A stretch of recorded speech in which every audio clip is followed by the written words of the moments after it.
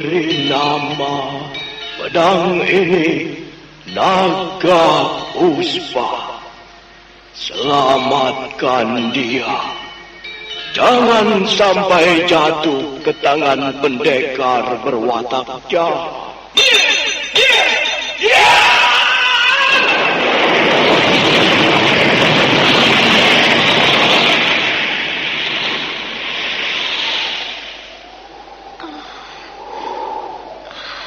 Kakang Kamandanu, kau masih juga tidak percaya bahwa aku mencintaimu. Mesin, maafkan aku, Mesin.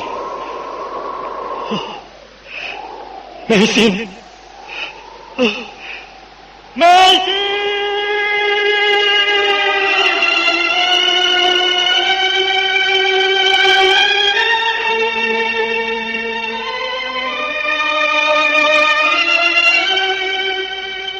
Tutur Tinula.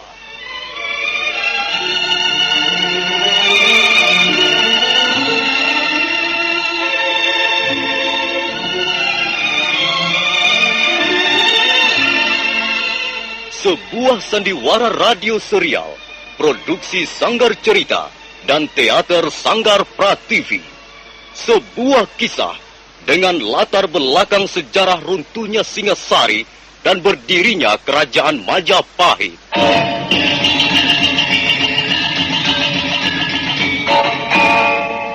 Sandiwara ini didukung oleh pemain-pemain radio yang sudah ternama, Ferry Fadli, Yvonne Rose, dan Eli Ewati.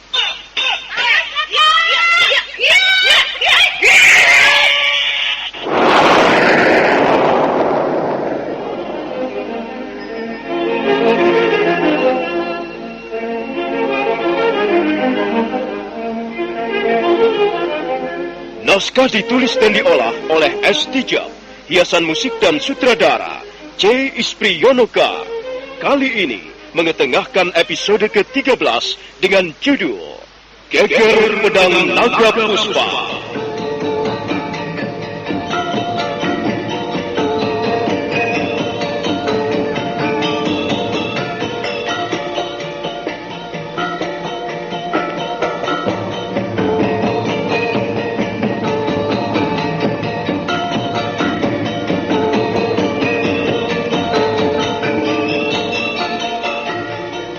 Dalam seri ke-382 ini didukung oleh para pemain Lili Nur Indasari sebagai Luh Jinggan, Ferry Fadli sebagai Arya Kamandanu, Sono Sugiyakso sebagai Empu Lunggah, dan Asdi Suhastra pembawa cerita. Selamat menikmati.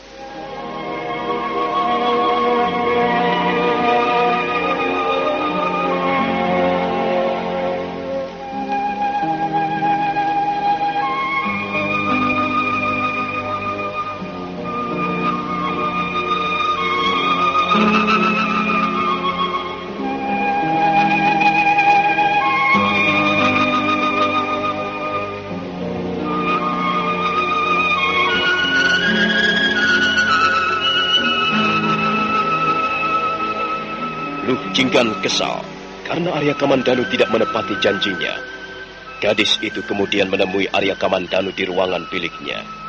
Semula dia mengetuk-ngetuk pintu. Karena tidak segera dibuka, Luh Jinggan lalu mendorong pintu dan melangkah ke dalam. Dia semakin bertambah kesal melihat Arya Kamandanu duduk membelakanginya. Dia berusaha menumpahkan unek-uneknya, rasa kesalnya, dan rasa kecewanya. Mengapa kau diam saja? Mengapa kau duduk menghadap ke dinding? Ayo, berpalinglah kemari. Pandanglah wajahku. Aku tidak ingin kau permainkan seperti ini. Aku tidak mau bersahabat dengan seseorang yang mudah mengingkari janjinya. Karena Arya Kamandanu masih tetap tidak bergerak dan tetap duduk menghadap dinding, dia semakin bertambah kesal.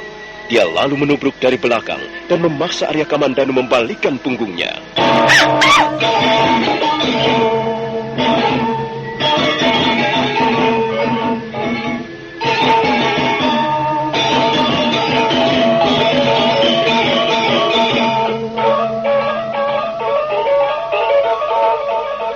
Luh Jinggan hampir tidak percaya pada penglihatannya sendiri. Mulutnya ternganga keheranan. Dia melihat wajah Arya Kamandanu penuh ditumbuhi bisul-bisul kecil, sekecil biji kacang dan berwarna merah. Arya Kamandanu tidak berani menatapnya. Dia menundukkan wajahnya. Dia kelihatan sangat sedih. Maafkan Kakang, ada apa dengan wajahmu? Mengapa wajahmu menjadi rusak seperti ini? Mengapa wajahmu ditumbuhi bisul-bisul kecil?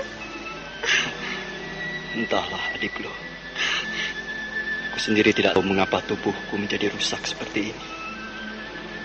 Bukan hanya di wajahku, tapi juga di bagian tubuhku yang lain. Lihatlah, dadaku juga penuh ditumbuhi bisul-bisul kecil berwarna merah. Juga punggungku, dadaku dan perutku. Aku sendiri tidak tahu mengapa bisa menjadi begini.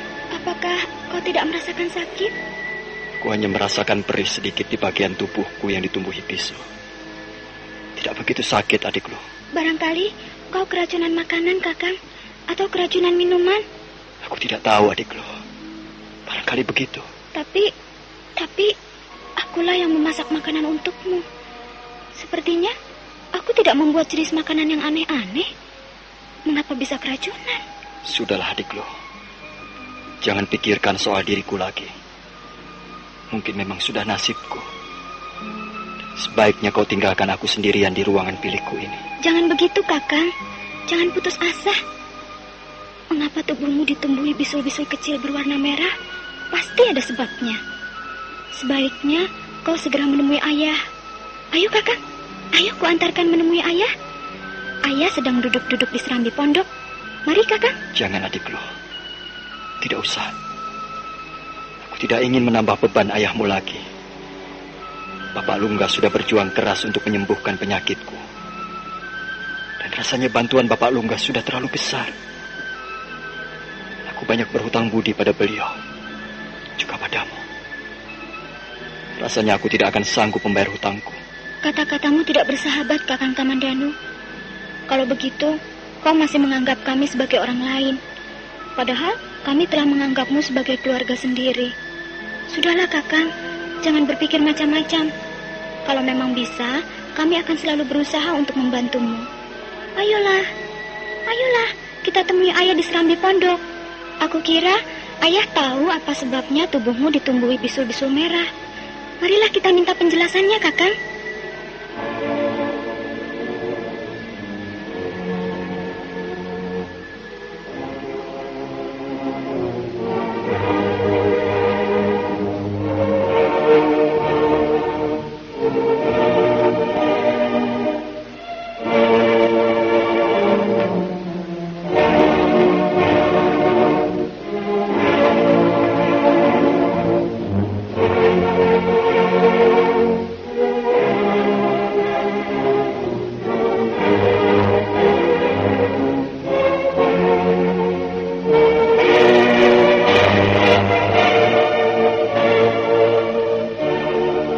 Jinggan lalu memapah Arya Kamandanu keluar dari ruangan biliknya. Mereka melangkah menuju serambi pondok, di mana Empu Lunggah sudah duduk menunggu. Mari, Nger, mari. Silakan duduk. Terima kasih, Bapak Lunggah. Iya, saya sudah tahu, Nger.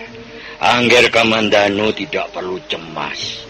Bisul-bisul kecil berwarna merah itu tidak akan mengganggu kesehatanmu, Nger. Mengapa hal itu bisa terjadi, Ayah? Mengapa tubuh Kakang Kamandanu ditumbuhi bisul-bisul kecil berwarna merah? Maaf, Bapak Lunggah. Apakah bisul-bisul ini juga karena pengaruh gigitan ular naga Puspakresna? Benar, Nger. Benar. Tapi pengaruh secara tidak langsung. Ibaratnya tubuh Angger Kamandanu merupakan sebuah medan laga. Sebuah medan peperangan, ibarat Tegal Kurusetra, medan peperangan antara dua kekuatan raksasa di muka bumi ini, yang diwakili kaum Kurawa dan kaum Pandawa. Nah, sekarang perang telah selesai, dan Angger Kamandanu telah muncul sebagai pemenangnya. Angger telah memenangkan pertarungan dengan sempurna. Tapi akibat yang ditimbulkan oleh suatu peperangan besar Tentu saja ada, Nger. Bekas-bekasnya pasti ada. Medan itu menjadi rusak, rumput-rumput kusut dan kering, pohon-pohon tumbang, mayat-mayat bergelimpangan, dan darah berceceran mengotori pandangan mata. Maka demikianlah, Nger. Bisul-bisul kecil berwarna merah yang sekarang ini tumbuh hampir di seluruh tubuh Angger Kamandanu adalah merupakan cacat raga sebagai akibat peperangan dahsyat. Angger tidak perlu cemas ataupun takut. Bisul-bisul kecil itu nanti akan pecah dengan sendirinya. Lalu bagaimana dengan bekas-bekasnya, Bapak Lungga? Kalau bisul-bisul itu nanti pecah, bekasnya tentu ada, Nger. Tapi tidak akan mengganggu. Maksud saya tidak akan mengganggu kesehatanmu. Angger akan tetap sehat seutuhnya. Angger hanya mengalami cacat raga yang tidak begitu berarti. Tapi Ayah, Ya, kalau bisul-bisul itu nanti pecah dan meninggalkan bekas, wajah Kakang Kamandanu pasti akan menjadi jelek. kalau menjadi jelek memang kenapa, Nduk? Ya, tidak apa-apa. Nah, kalau tidak apa-apa, ya sudah. Mengapa kau ikut-ikut meributkan soal ini? Nah, bagaimana, Angger? Sekarang Angger tentunya sudah mengerti. Baiklah, Bapak Lungga. Saya mengerti. Dan saya akan berusaha menerima kenyataan ini. Mungkin karena dosa-dosa saya, sehingga saya terpaksa mengalami hal seperti ini. Bukan, Angger. Bukan karena dosa-dosa Angger. Apakah Angger tahu apa artinya dosa? Barangkali saya melanggar peraturan yang telah ditentukan para dewa. Oh, dengar, Angger, dengar. Dan kau juga, Nduk, Ya, dengarkan. Ayah.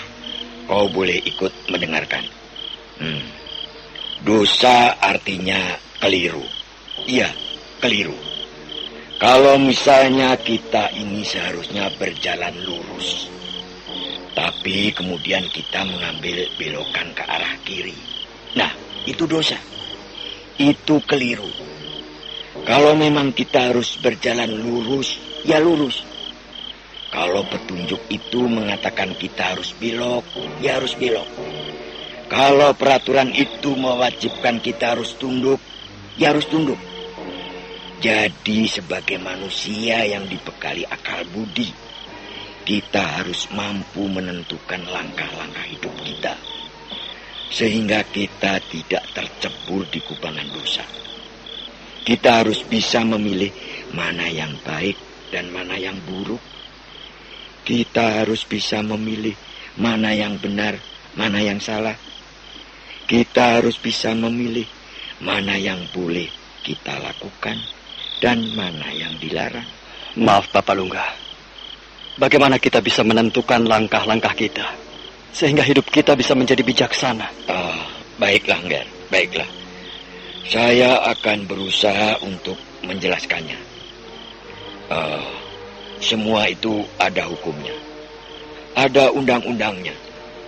Baik yang tertulis maupun yang tidak tertulis.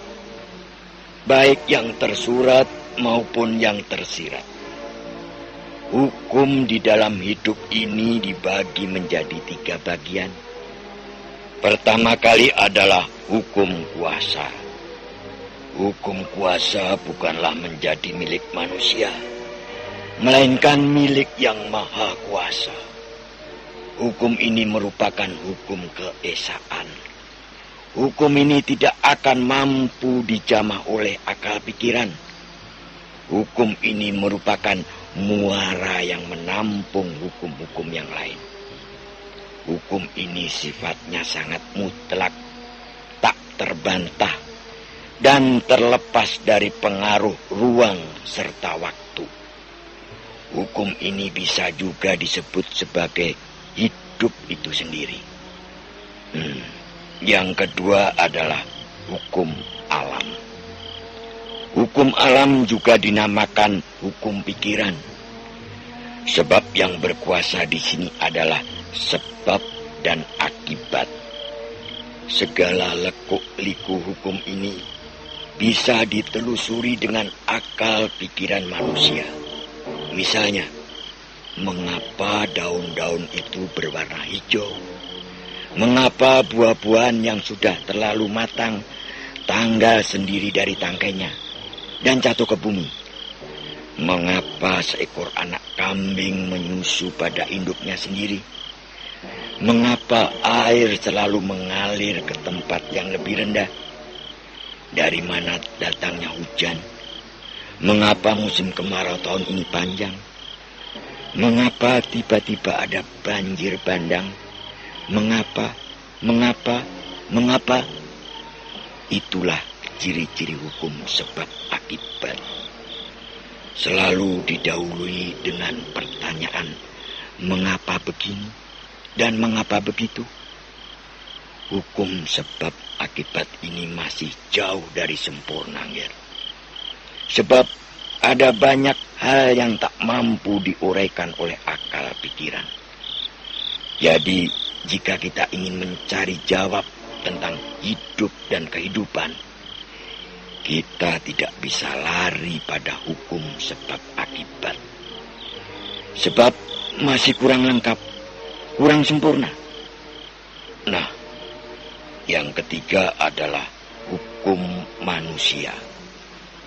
Hukum manusia ini dibuat oleh manusia dan diperuntukkan bagi manusia itu sendiri, agar dapat menciptakan suasana masyarakat yang teratur, tertib, dan sehat. Maka dibuatlah hukum-hukum manusia. Hukum manusia dibuat dengan tujuan meluhurkan derajat kehidupan manusia itu sendiri, dengan tujuan membuat kehidupan manusia menjadi lebih sejahtera. Tapi karena pada dasarnya manusia itu lemah, maka hukum ciptaannya pun lemah. Bahkan saking lemahnya, sampai-sampai seringkali manusia melanggar hukum-hukum yang diciptakannya sendiri. Nah, bagaimana, Nger? Apakah sudah cukup jelas? Baiklah, Bapak Lungga. Walaupun sepertinya belum jelas, tapi wejangan yang baru saja Bapak Lungga sampaikan, rasa-rasanya sudah cukup terperinci. Oh, memang, Ger. Untuk memahami permasalahan hidup memang cukup sulit, Ger. Hidup ini bisa menjadi sederhana ataupun ruwet. Itu tergantung bagaimana cara kita berpikir. Bagaimana cara kita memandang hidup itu sendiri. Tapi ada satu hal yang tidak bisa kita bantah lagi. Ialah hukum kuasa. Sebab segala sesuatu yang pernah dititipkan kepada manusia, pada akhirnya semua harus dikembalikan kepadanya juga. Dari dialah segala sesuatu ini berawal, dan kepadanya lah segala sesuatu ini berakhir.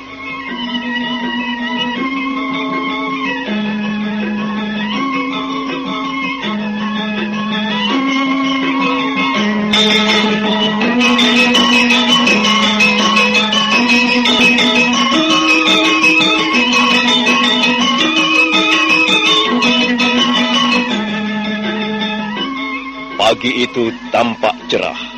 Langit bersih tiada berawan sepotong pun. Burung-burung bernyanyi di atas pohon dan angin bernyanyi sambil berlari-lari kecil di sepanjang lembah. Arya Kamandanu tidak lagi menghiraukan bisul-bisul kecil berwarna merah yang tumbuh di hampir seluruh bagian tubuhnya. Pagi itu dia berjalan dengan penuh semangat menuruni lereng bukit Kedung Peluk. Setelah beberapa saat lamanya berjalan, Arya Kamandanu melihat Empu Lunggah dan Luh Jinggan sudah berdiri menunggu di tengah-tengah padang rumput. Bagaimana, Angger? Apakah Angger sudah siap? Saya merasakan tubuh saya sangat segar pagi ini, Bapak Lunggah. Saya sudah siap. Saya sudah siap untuk berlatih ilmu kanuraga naga puspa tahap yang ketiga dalam bimbingan Bapak Lunggah. Oh, baiklah. Nduk, Luh Jinggan. Ya. Kau duduk di sini saja. Jangan mengganggu. Angger Kamandanu akan melakukan latihan-latihan ilmu kanuragan yang cukup berat. Siapa yang mengganggu, Ayah? Aku hanya ingin menonton saja kok. Nah, Angger, mari kita mulai. Ini ada sepotong kayu hutan. Pergunakanlah kayu ini sebagai pedang. Apakah saya harus langsung melakukan gerakan-gerakan ilmu Kanuragan Naga Puspa tahap yang ketiga, Bapak Lungga? Kalau memang tahap yang pertama dan kedua sudah tidak menjadikan soal lagi, silakan saja langsung tahap yang ketiga, Nger. Kalau begitu baiklah, Bapak Lungga. Saya akan mulai.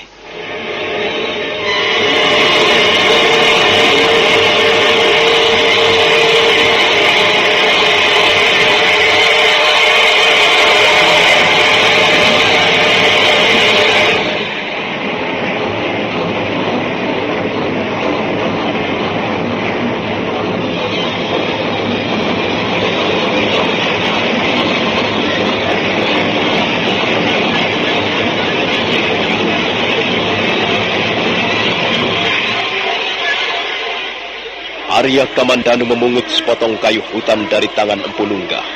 Kemudian dia mundur beberapa langkah untuk memasang kuda-kuda. Tangan kanannya mencengkeram erat-erat sepotong kayu hutan, dan tangan kirinya diletakkan di atas dada. Sementara kedua belah matanya terpejam sesaat. Saat berikutnya dia melompat sambil mengayunkan sepotong kayu hutan ke kiri dan ke kanan.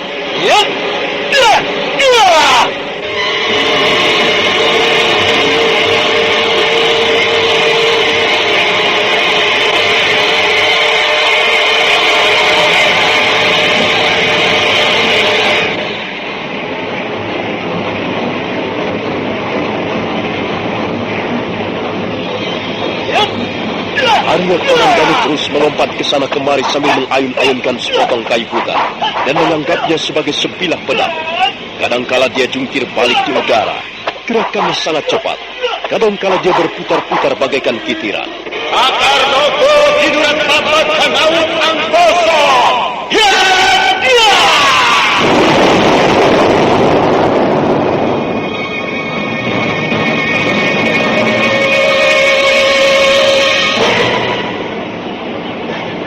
Toko hiduran babat kusoko renang gongadyo.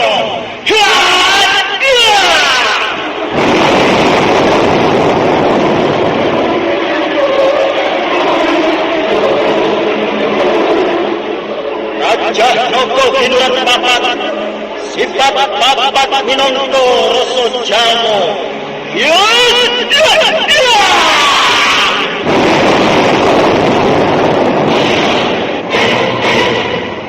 Gerakan-gerakan Arya Kamandanu semakin bertambah cepat, dan saking cepatnya sehingga susah diikuti oleh pandangan mata biasa.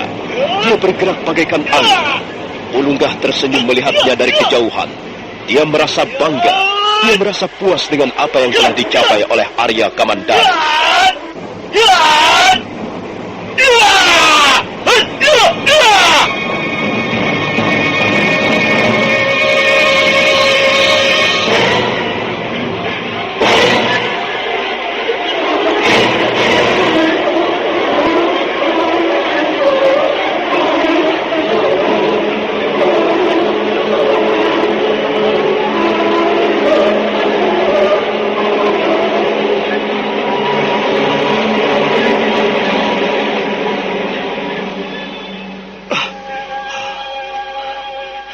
Bagaimana Bapak Lungga?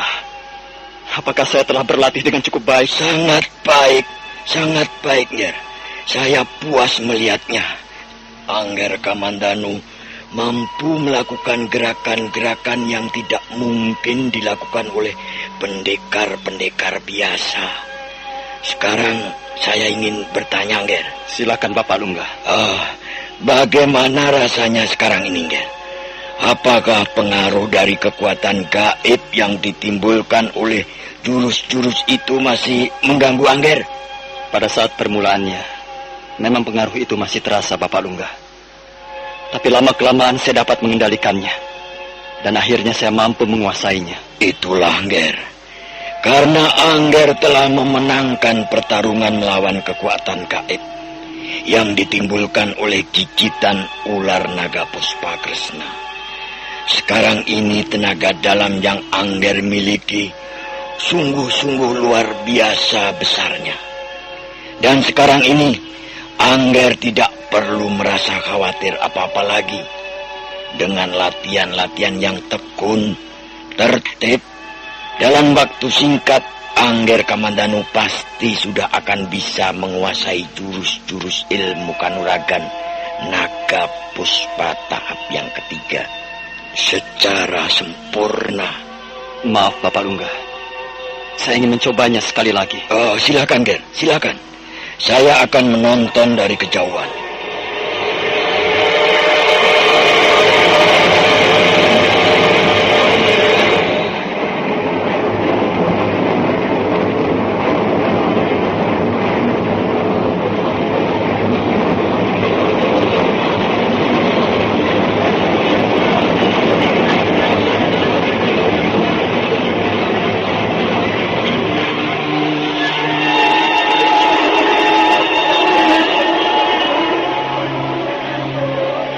Kembali Arya Kamandanu memasang kuda-kudanya. Sepotong kayu hutan digenggamnya erat-erat. Selanjutnya dia melompat dan mulai memainkan jurus-jurus cakar naga, petit naga, dan rajah naga. Nah, saudara pendengar, bagaimanakah kisah selanjutnya? Silakan menunggu seri selanjutnya. Sampai jumpa.